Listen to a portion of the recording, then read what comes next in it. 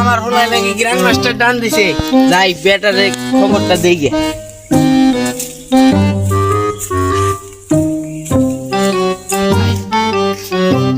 বাবা তুই বলে গ্র্যান্ড মাস্টার ডান দিছস, আর পাশে বইগুলা মানরা বলে ডায়মন্ড নিয়ে উঠতে আর পারে না, ডায়মন্ড নিয়ে উঠতে পারি না, একবারে গ্র্যান্ড মাস্টার ডান দিয়েছে।